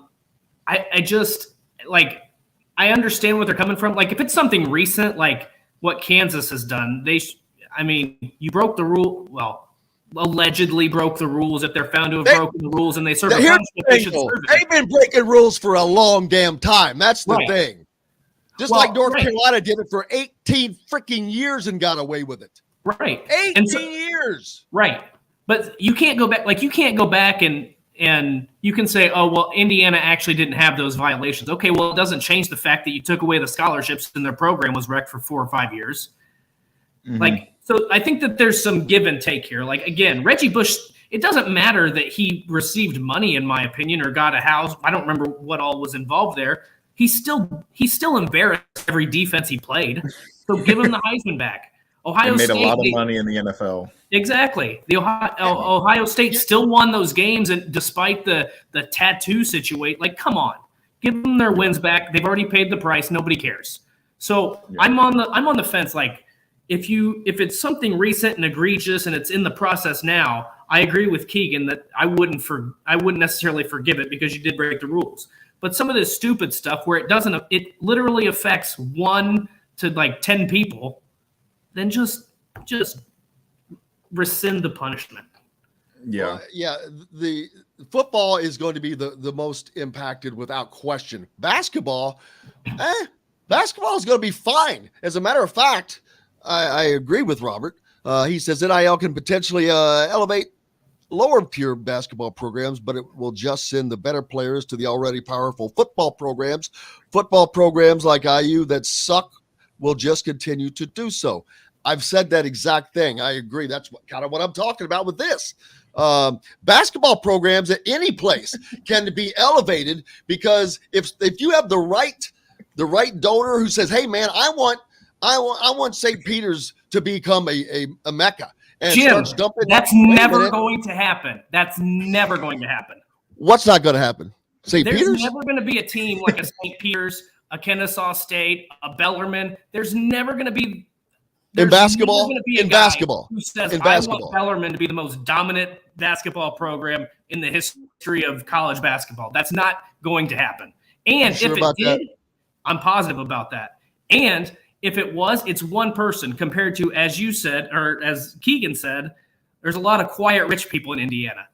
So you think they see a Bellarmine train coming, they're not going to up the ante in Indiana, at Duke, at North Carolina, at Kansas? That's not going to happen. Indiana would not be paying attention to Bellarmine, and no one else would be either. They don't care what they're doing. Let them do. That's my point. My only point is Bellarmine can become a player in the field in basketball. That is all I'm saying. Already are. Not any more than they already are. And baloney. I don't agree with that. There's no chance. We got guys going to Western Kentucky right now. Christian Lander. Not that I'm not saying he's a great player, but anyway, the kid, Allen, the UK kid, Dante Allen. I mean, yes, I disagree. They can get. You think Western Kentucky, if they had the right guy, could not get a few more guys and make that a team? Bull. It takes 1 year. Iowa State 2-22 last year, Sweet 16 this year. That's all. That is. If you don't think a team can be turned around now with the transfer portal, with NIL, and now with this stuff, it's about to change. That's just going to open it up. You can't compare Iowa State to Bellarmine. Iowa State has had a good program for. I'm comparing Iowa State to anybody. That was a program that went from 2-22 in one season to the Sweet 16 in the next season. You look at Indiana; they haven't been to a Sweet 16 since 2002. No, I'm sorry, since 2013. So that's my only point is. Any basketball program can be elevated now with NIL money. Football, you can't do that. It's too delineated. It's too big. But I honestly believe, how could you not? Basketball is it's only 5 guys on the floor, man. It's a lot easier to be good at it. It's easier. We got to take a break though. It's easier for the transfer portal. Let me just say that, because you can't have a good guy go to a different team, but these small schools, I'm telling you, when you look at in terms of NIL and people that are willing to pay, those are few and far between for some of these schools. I'm not saying it's 1,000 of them. I'm just saying it can and will happen. That's it. We got to take a break, though. Great discussion, love it. We'll get back to it later on. But Chris Denari coming up next from the Indiana Pacers. See what Chris has been up to. See how his gardening has been. See how things are going. It's been a little rough here for early spring, man. He's probably having to keep those things covered up. Back with more here on Indiana Sports Beat Radio, brought to you by Feast Market and Cellar, located next door to Southern Stone Restaurant on Patterson and Rogers. Make sure you stop by. Tell them we said we sent you. Back with more right after this. That was fun. I want to rope Chris into it. Let's all 4 of us just start arguing and yelling as loud as we can at each other. That's not an argument. I thought that was a great, lively discussion. That was a good segment. Fun. That was awesome and fun. I had to actually drink some coffee. Chris, how are you, sir? Hey, I'm doing great. How are you guys? Good. How was I sent you the Jordan Hulls thing, right? Yeah, I don't know if I'm going to be able to do it because it's the day after the NBA draft. Well, yeah, usually they bring whoever we draft, they bring in that day. So they can come on. They can come on down. And that's a major draft for us this year, except Cleveland, of course. Except Cleveland, of course, screwed us by not making the playoffs. So will Quinn have to be there as well then? He could or we're trying to get him to play in it as well. Yeah, I mean it's easy because he lives in Bloomington. You know, I don't know. It's for Jordan's. It's Jordan Hulls' foundation. Yeah, never lose hoop. Yeah.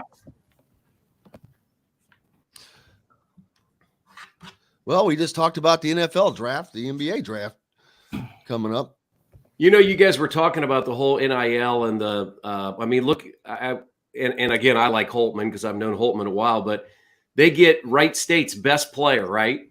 Wright State's best player takes him to the NCAA tournament, and then he transfers to Ohio State. Thank you. Oh, it's never going to stop. The mid majors are a feeder. It's a minor league basketball system. Oh my God. Trip. Did I miss you? Said that and I missed it. You're contradicting yourself. Well, how is that contradictory? Because you're saying that mid-major schools can't. You're saying that they will elevate, but then you're also saying that they will just transfer. I did not say they will. I said they can.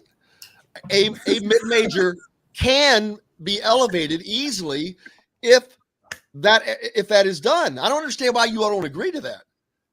You really don't think that a mid-major could not 30 out get good because of NIL? I'm shocked that you every don't believe that. Rich person that would put money into Bellarmine. You've got to stop. 10 that would put money into Indiana and Kansas. You've got to stop comparing other schools. Other schools are irrelevant. We're not talking about other schools, only about the individual school itself. Can it get good? Indiana, Kentucky has nothing to do with it. They have nothing to do with this team getting good, because just because they're good does not mean that Bellarmine cannot also have a successful program, or whomever we're talking about. Back in 5, 4, 3, 2. Welcome back in the Sports Speed Radio here on this Thursday. Having a lot of fun. I think everybody thinks I'm wrong today, but that's okay. I don't mind being wrong. I disagree. But Chris Denari from Indiana Pacers joining us now. We get some semblance of common sense, maybe. Chris, how you doing, brother? Hey, I'm doing good. I've enjoyed the conversation. I have enjoyed following this. I mean, having worked in college basketball for a long time, 17 years as the voice of Butler, and so much has changed. We were talking about the mid majors and where players are going and NIL. I mean, I'll go back a few years ago. That what's happening now isn't much different. If you remember, Cleveland State had Bryn Forbes and I think they had Damian Lee. They had two really good players. Bryn Forbes left Cleveland State and went to Michigan State, and I think Damian Lee transferred to Louisville. He might have been at Drexel. I don't know where he was, but so it is interesting. We were talking about Wright State goes to the NCAA tournament, and their best player leaves to go to Ohio State. And so it's fascinating, but it's in a way it's not much different than it was a number of years ago. Okay, I want to ask this quick question on the college basketball side to you, Chris. One of the things that's being thought to be proposed is putting kind of some guardrails on this whole transfer portal situation. My belief is that guardrails, they're taking them off. Well, this new transformation committee would only make it allowable through a select period of time where you're able to enter the transfer portal. So, in my opinion, but all the other things they're doing though is just opening it up completely. I agree, but my point was, and we talked about this earlier, Chris. In my opinion, and you having covered college basketball for as long as you did, I feel like what they need to do is not allow players after the football, basketball, whatever sport, tennis, golf, not allow those players to enter the transfer portal immediately after the season. There's so much knee-jerk reaction. I'm thinking give it a month, 2 months before they're able to explore their options. That gives you a chance to talk with your family, your coaches, your teammates, everybody around you, and maybe get a better idea of what the plan is. Because we've seen 45% of these kids are not getting a full scholarship at the Division I level. Like, they're basically leaving money on the table, in my opinion. So what are your thoughts on that? Just because we're talking about transfer right now. Yeah. I mean, I'm all for player freedom. I mean, and maybe to a point, I guess. I've always looked at it this way, and having worked in college athletics, if coaches are free to move on, then I think athletes should have an ability. Now, it's sort of turned into the wild, wild west. Is what I believe in the old days. If you went into the transfer portal, you had to let your coach and that athletic department know, right, that you were going into the portal. Now you don't have to do that. You enter the portal, and then once you're in the portal, coaches at various institutions then can reach out to you. So I think that's a great idea, Dustin, that if they're because people do make emotional decisions, right? And that happens in life. So if there was some type of, window put on it so that you had some time to talk to your parents, talk to the people that you rely on. And then if you want to go into the portal, sure. But maybe there could be some boundaries put on that so kids don't end up making emotional decisions. What's interesting is to see the kids that go into the portal and you assume they're going to transfer, yet then they stay at their respective school. And I saw this number. Here's a number for you. It's scary. I think it was like 48% of portal entrants land somewhere. 5% go back to where they were. And like 37% just don't know what happens to them. That is an extremely big number. Yeah, I think what's interesting, what I've found is, let's say, and it's even in the grad transfer situation, and then COVID added to that, where student athletes got an opportunity for an extra year. To me, if you've had a great experience at the institution that you're at, that's been both academically and athletically, I'm oftentimes surprised then why athletes want to leave. And again, maybe in the instance of the young man at Wright State, he had a great experience with Wright State basketball. They went to the NCAA tournament, won the Horizon League championship. But I did read where he said, look, I want to see if I can compete at a higher level. So I understand that, but I think it's hard to see that. I've worked at the mid-major level. I mean, Butler wasn't always what it is now in the Big East. It was a member of the Horizon League for many years, and so it was a mid-major program. So I've lived that, and that's I'm sure hard for the Wright State people to do, because they've developed that player, and now he's going to take his talent somewhere else. Yeah, I mean, I had Mike Davis on a show last summer, and he just said, he goes, he loves the portal. He said, I'm recruiting the portal. Obviously, Detroit Mercy, they're definitely a lower mid-major per se, but the portal, he's leaning on the portal, which usually teams like that are being siphoned off, but maybe I don't know how it's going for him. But these changes, I don't know if you were able to hear some of the things that we read, the potential changes coming, which are shocking. Eliminating scholarship caps on partial scholarship sports, abolishing the number of coaches per team, expanding direct payments from schools to athletes. They're going to reconfigure the recruiting calendar. And that stuff's fine, but they're just, I think the NCAA is trying to become less, but who is going to govern? There still has to be somebody. You cannot leave this up to the conferences, because the SEC is, what the SEC will do.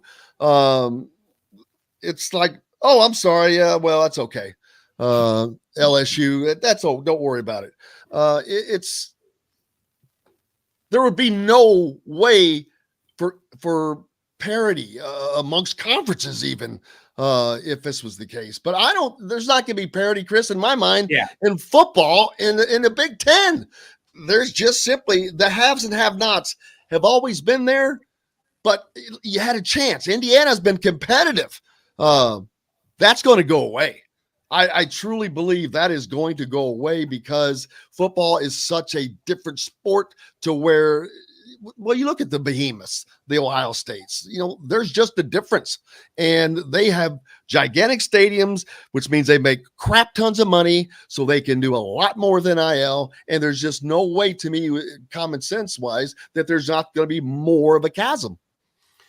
What I've been interesting to follow, and again, I've been following it from the side, and Dustin cleared up for me, if you will, is the whole collective, where the schools now are really getting directly involved. Right?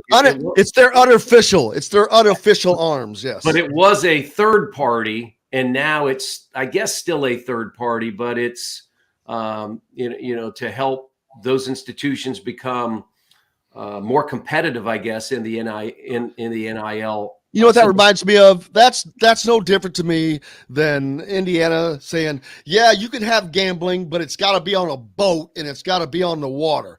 Like, that makes a damn difference. Who cares if it's on a boat and it's not moving or you're on the ground right beside it? The idiocy of some of this stuff is mind-boggling.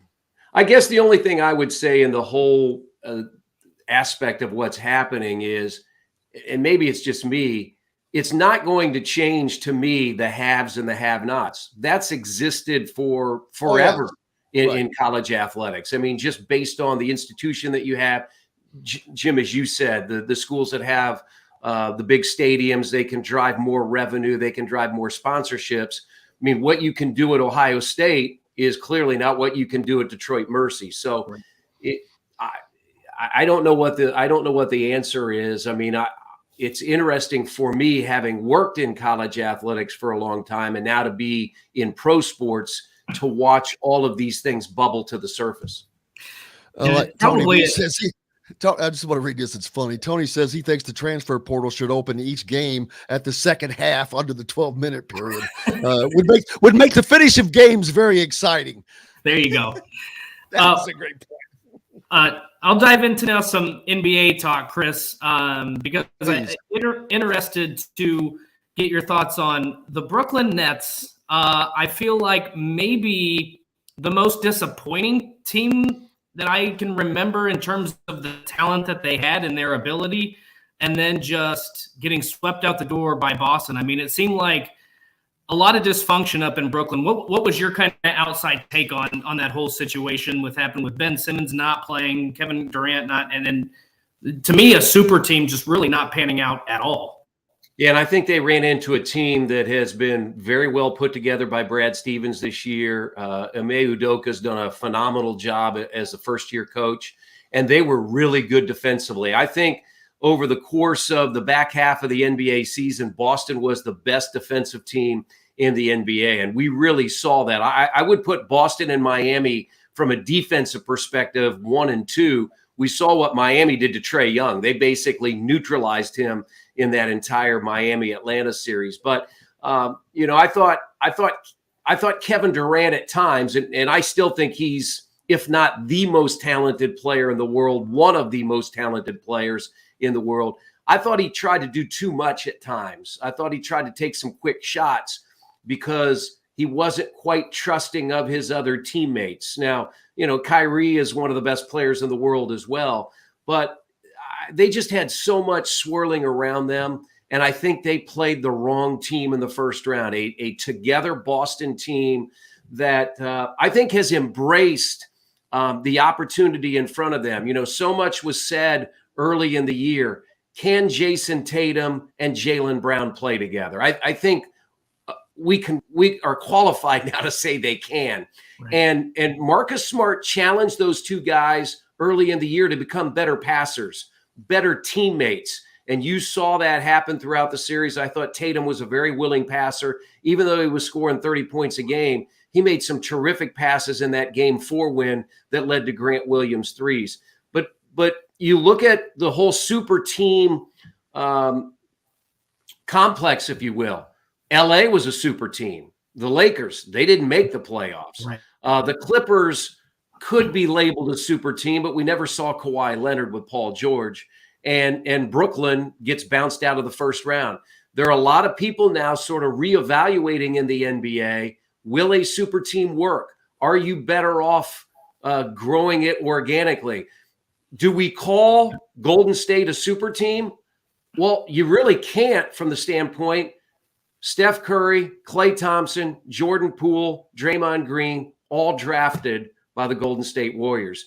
To me, a super team is qualified as you've brought all these guys in from different teams. Right. So it'll be interesting to see how this changes the NBA going forward, because clearly Brooklyn and the Lakers didn't work this year. Well, and I think it speaks to just, sorry, I didn't mean to step on your toes there, but I think it just speaks to I look back at Miami you can say Golden State worked, and obviously it did. They had one of the most incredible shooting teams for a couple of years there, and some of the best offensive talent. But I think it goes to show just kind of how unique that bond was that they had between LeBron James, Dwayne Wade, Chris Bosh, and Miami. Like, those guys were friends off the court. And I think a lot of people got the idea that if you put three superstars on the court, that it's going to work. And there's personalities to deal with. And the biggest thing to me, when I've been a critic of Russell Westbrook and Carmelo Anthony, like, there's one basketball. Like, yeah. People forget that just because you have three guys that average 25 points per game, they still got to share the ball. They still got to get along. And when you're dealing with personalities and coaching and other players on the team, again, I just go back to, like, Miami might have been and Golden State might have been two of the rare circumstances where that's going to work because of the personalities and because those guys all got along.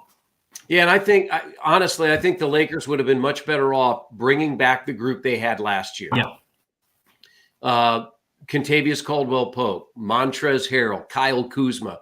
Those three guys fit much better alongside Anthony Davis and LeBron James than Russell Westbrook did. Now, again, I think Russell Westbrook is an outstanding talent, but again, sometimes you can't put all those guys together and make it work.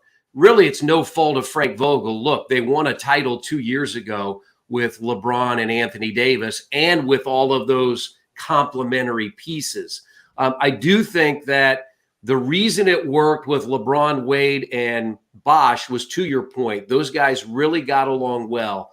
But there is something about that Miami Heat culture that Pat Riley has established, and Eric Spoelstra, with the longevity he's had as the head coach, there's no getting around what they have put together. You're seeing it again this year, right, with Jimmy Butler. And I saw somebody, reference Victor Oladipo. Oladipo had fallen out of the rotation, but because of injuries in Game 5, he played very well. So it'll be interesting to see how the Heat utilize Oladipo when Jimmy Butler and Kyle Lowry are back. But I like how Memphis has done it. I like what Minnesota is doing. And I really think that's the model that Indiana is taking. Now, you can say they made a trade to get Buddy Hield and Tyrese Halliburton, but they're young players that you're trying to build around. You're adding Chris Duarte and Isaiah Jackson. Miles Turner really is still young, and you're going to have some draft picks so that you can grow it similar to how these other teams have grown it. And you were seeing how talented they are. I mean, let's look at Denver. Even though they got bounced last night, Jokic is their draft pick. Jamal Murray's their draft pick. Michael Porter Jr. is their draft pick. I think that's the way a lot of teams are going to move toward. Cleveland has done the same thing. Grow your own, build your own, and that's the way to go. Chris, I cannot thank you enough, brother. It is always a blast when you come on. How's the gardening going? It's been it's great. Yard looks great. Even though the weather's been a little cool, that's made for good grass growing. So I'm very pleased with how everything looks right now. You got to get some pictures. I need to get on here and share pictures. It's probably a little early to see the benefits of it, but absolutely love to see it. Buddy, have a great weekend. We appreciate All right, thanks, guys. Chris Denari from the Indiana Pacers joining us. We got more coming up here on Indiana Sports Beat Radio, brought to you by Feast Market and Cellar. We're back with it right after this. Dun dun dun dun dun. Woo! Oh my God! There's not been a break for a second in this show. I love it. Huh? It goes fast. Well, it goes fast when you're on every time. That's for. I wish you were on every day. Me too. I wish you were on Wednesdays and Thursdays at least. I don't have a co-host on Wednesdays. Oh, you don't? Nope.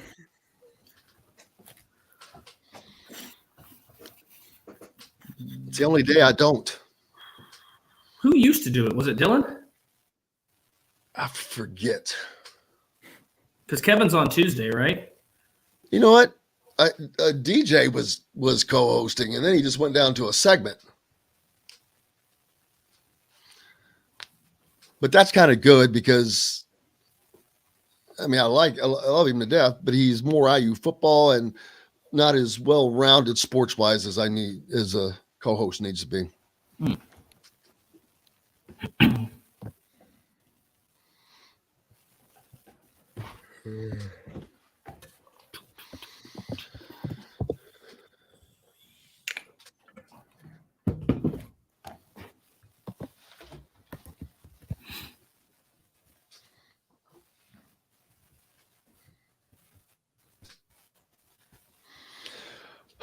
all right. Are we going back to that same discussion? Or are we done with it? That's up to you. What else is there? Takes off. Huh? I could get some takes off. There you go.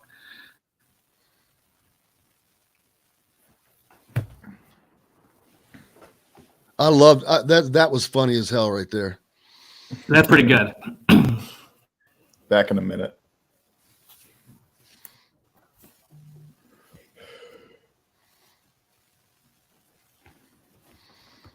It's like, did you guys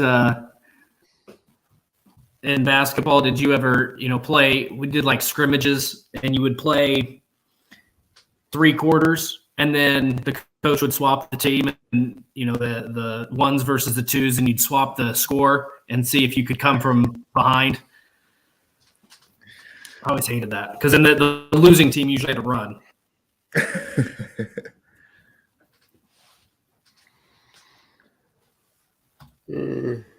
Back in 10. Hey, Jennifer was at that game yesterday where there was a scuffle, I think, wasn't she? Was that that? Oh, that's right. Cardinals game. That Cardinals game. I saw the picture. Yeah, I don't know if it was that's yesterday. right. I saw the picture. Yeah, I think it was yesterday. A beautiful sun-drenched day at Busch Stadium in St. Louis. Looked like she was having a good time. Did the Cardinals win that game? I don't know. I think so. I think they scored like 7 unanswered. But we are back in 5, 4, 3, 2. Welcome back, Indiana Sports Beat Radio here on this Thursday. Dustin Schutte from Saturday Tradition with us as always, and Keegan Nicholson sitting in the producer's chair today in place of John the producer. Keegan, you wanted to get a takeoff, but before, what was that? What was I just talking about in the break? Cardinals and Mets. Oh yeah, what happened with the Jennifer? I think we all saw her pictures yesterday. A beautiful sun-drenched day at Busch Stadium in St. Louis versus the Mets. Too bad Brockway's not on here today. He's a Mets dude. So I didn't see the scuffle. Scuffle broke out. So Fist fight. No, not a fist fight at all. Basically, the backstory is the Mets have gotten hit up high multiple times this season, and they're kind of getting tired of it. So somebody hits Pete Alonso in the head. I can't remember what pitcher it was for the Cardinals, but they hit him in the helmet. That's a no-no. And then he got mad, and then the Cardinals, being the crowning king of the MLB, don't think anyone's allowed to be mad at them ever. So they got mad. So then yesterday, Nolan Arenado's up, and they go high and tight on him to send a message, like, we're not dealing with this. He starts chirping after that pitch, and then both benches clear, and it was the most aggressive shoving I've ever seen in my entire life. 2 people fell down. I couldn't believe it. But From there a wasn't push. a single punch thrown. 2 people were pushed so hard they fell down. Yeah. And the video of Paul Goldschmidt and Yadier Molina running out to the mound, running so hard, but also running so slow because they're so big and old, was hilarious. Well, while we're talking about MLB fights, did you guys see, I don't know, this was probably a couple of weeks ago when the Cubs and Brewers got into it, and you could see Andrew McCutchen, and you could read his lips. So what happened was they missed him on, was it 3 pitches? Do you guys remember the first 3 pitches? Like the pitcher threw a strike, and then he tried to hit Andrew McCutchen with the next 2 or 3 pitches, and then finally got him on the 4th or 5th. And McCutchen's walking to first base, and he's like, I'm cool with it. If you want to hit me, I'm cool with it. But do it on the first pitch. He did what? It was the greatest thing I've ever seen. Did he steal second? No, he's too old. I don't know. I didn't watch the game. I just saw the clip of it. That's funny. If you want to hit me, I'm cool with it. But the ball, The Pete balls says have been really weird. Pete says ESPN did a report that the baseballs are junk, very inconsistent and out of round. A lot of pitchers are actively complaining. Major League Baseball supposedly looking into it. I saw something else the other day that balls are not flying as far. No, they They're deadened heavier. them. Yeah, the balls were juiced 2 years ago, and that's where you saw the power surge. And then See, how do you – that affects the record books, man. I mean, that's no different to me than steroids. What's the damn everyone difference? has the same ball. Everybody's doing the same thing, right? Yeah. But then the pitchers were mad that they were getting ripped. I get that. That's great for everybody that's playing then, but that group has an advantage over the guys that didn't play with those balls. Yeah, but you could also say that about increased technology, increased training exercises. I know, but when everyone's stronger now than they you were should back not. then. What there should not be a freaking change in the baseball. Find a damn baseball and See. It's a baseball. What do you got to do to it? You want them to use the same baseball they used in 1850? Because I don't think that would work very well. No, but what's wrong with the ball of today? Why do they have to keep changing it is what I'm asking. Why? They're trying to change it in order to manipulate it, and then they went too far, and now they can't. You know what? Here's the thing. That's what happens when you do stuff you shouldn't do. First of all, they should put like a little shake weight inside the baseball so it's rotating even as it's coming to the plate. That would be fun. But do you know what irritates me about the MLB is like they try to do all these things to grow the game or to make it more interesting. If you would just stop blacking out 28 teams in 30 cities, you would have more fan interest. You don't have to change the game that much. You don't have to put a runner on second in extra innings. You don't have to change the weight of the baseball. If you just change with the times, and they're like the NCAA, if you just stop blacking stuff out and you change with the times, you get more technologically advanced, like the NBA, like the NFL has done. Problem solved. I still think the games are a little bit too long. Last night, the Braves and Cubs I think they went over 4 hours. I can't be sure on that. I know it was up to like 11 o'clock still watching that game, but like you cannot have a sporting event that goes 4 hours. I agree. Unless it's like the Indianapolis 500 or the Kentucky Derby. Those are different. Those are events. Let me rephrase. You can't have a game that lasts 4 freaking hours. I agree. That's ridiculous. I agree. There needs to be ways to cut down on time. Sometimes it's unavoidable. If you go 14 innings or whatever, sometimes it's unavoidable. So you can speed up the game. I think that helps. But by and large, there's pretty easy fixes to this that I don't know why the MLB is so reluctant to make those changes. It makes no sense to me. I mean, I'm sure there's a financial reason, but it still doesn't make sense to me. The financial reason is they would make less money. And from what, $1 billion? From $1 billion to half a billion? Yes. Well, and baseball needs it more than any other sport because they, have gone from being America's pastime. I mean, are they third, you think, behind NFL and the NBA? I don't know. Yeah. NBA has got I know NBA has got a following in the markets where they are, but outside of that, I don't know how much. It's weird. I really don't know how much following the NBA truly has on a national level. I know they're followed nationally. I don't mean that. I meant from places that are not in the cities where they are. Yeah, and if you want to talk about all sports, they're fifth, but behind college football and college basketball. That's true. So, I'm talking all sports. Absolutely. Yeah. I think it's probably the NFL and then college football. And then maybe college basketball. I think I can't stand the NBA. Football is just the most popular sport in the country, and the NFL is the king. College football can't be far behind because they've got so damn many more games and so many more marquee games, marquee events, bowl games. It's way up there. And then college basketball, of course, is nonstop for months. And then you have the greatest 3-week sporting event that there is, the NCAA tournament.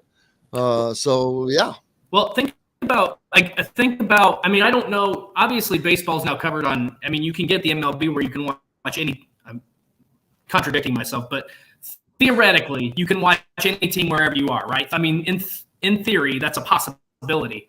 But they don't, like, the changing of the game is what, to me, I don't understand. Like, you remember growing up, and I don't know if this is, Jim will remember this, I don't know about you, Keegan, but I remember that home run chase. Like, we tuned in, I was not a Cubs fan, but you would tune in to the Cardinals and the Cubs to see who was winning the home run chase that year. I think Ken Griffey Jr. might have been an outside contender for that, to break Roger Maris's record. You would tune in to see if Barry Bonds could hit 80 home runs. Like, it was between McGuire and Sammy Sosa. McGuire and Sammy Sosa, right.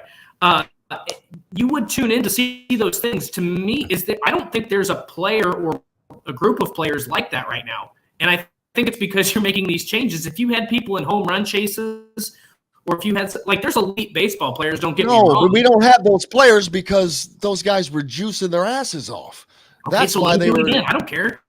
They ain't my body. But you got to let everybody do it. And then you got to, then how do you address the record books? How do you, it's, man, who cares? And I know there's always change, but this is massive change that affects, oh, well. You know what? Here's something that's weird to me. Again, this falls in line with some of the stuff we talked about earlier with, like, Reggie Bush's Heisman. It's really cool to see a player make history, to set records. But after it's done, who cares? It does not affect my life if Barry Bonds is the all-time home run leader, or if Bryce Harper comes along. I'm just throwing out a name. If Bryce Harper comes along and hits 2,000 home runs in his career, it makes no difference. It's not going to affect my life either, but I can honestly tell you this. As a person, I would absolutely rather see Hank Aaron be the home run leader, who did not cheat, who never hit more than 50 home runs in a year, that just kept plodding along and doing the deal. And Barry Bonds, you're going to tell me that the reason he passed him was not because of the steroids? I will never, ever agree with that discussion. So therefore, Barry Bonds should not be the home run leader. And it drives me insane. Roger Maris's record should not have been broken because it was done with performance-enhancing drugs, and that's the only reason either of those records were broken, and that's what aggravates me. Well, one of the very few things we agree on. And so here's the other aspect of this too, though. But how do you judge some of these other things? So you're talking about the record book with the baseballs. What about the way the dimensions of the field have changed? Because I think stadiums used to be, I could have this mixed up, but I think stadiums used to be bigger back in the old days. Like, it was more impressive to hit a home run back in the old days.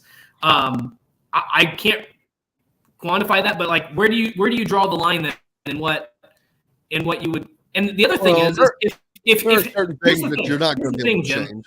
You're allowed to have that opinion of Hank Aaron, but does it matter to anybody else? Boy, your connection's getting horrible. No, it doesn't matter to anybody because it's just my opinion. That's what I'm saying. I get so it that. Doesn't. But because there's people that disagree. There's people that are just big Bonds fans that don't know he absolutely deserves it, and they're entitled to their opinion. Right, and that's what I'm saying. To me, it doesn't make any difference. Like, I don't go around thinking, boy, Hank Aaron deserves that record, or Babe Ruth deserves that record, or Roger Maris deserves that. It doesn't affect my daily life. So from what I'm saying is, from an interest standpoint, you have to have those players. You have to have those.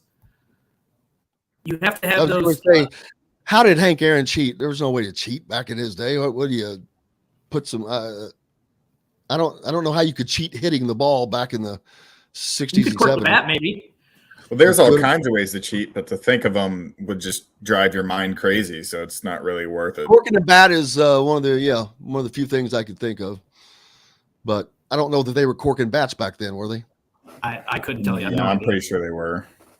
Funny things, man. It's just the stories that you get to hear. I know we've got to get out of here, but I would love to hear a lot of I listened to Dale Earnhardt Jr.'s podcast, and you'll hear a lot of how they used to cheat back in the days, putting lead in the frame for weight, so it meant weight, and they'd have a whole drill in it and a plug. And as soon as they started the race, they'd ease that plug off and start letting all that lead drop out, and their car would get faster as the race went around. So there's all kinds of little stories. It's funny.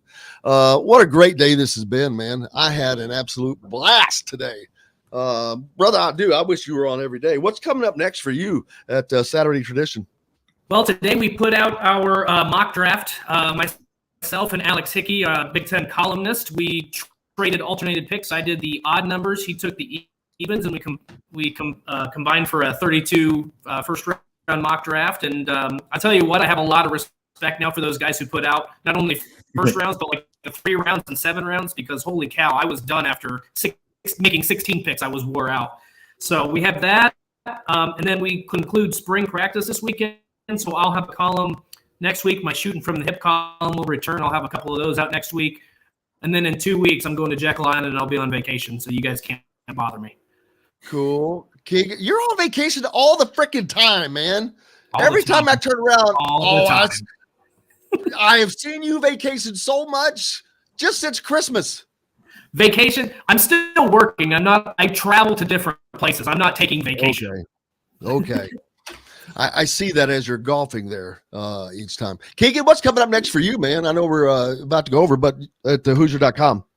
I'll be at Fort Wayne this weekend, covering some Indiana targets in the Run and Slam tournament. So who I know Gabe Cups and Rich Rolfe will be there. Cooper Cook. I think Flory Badunga.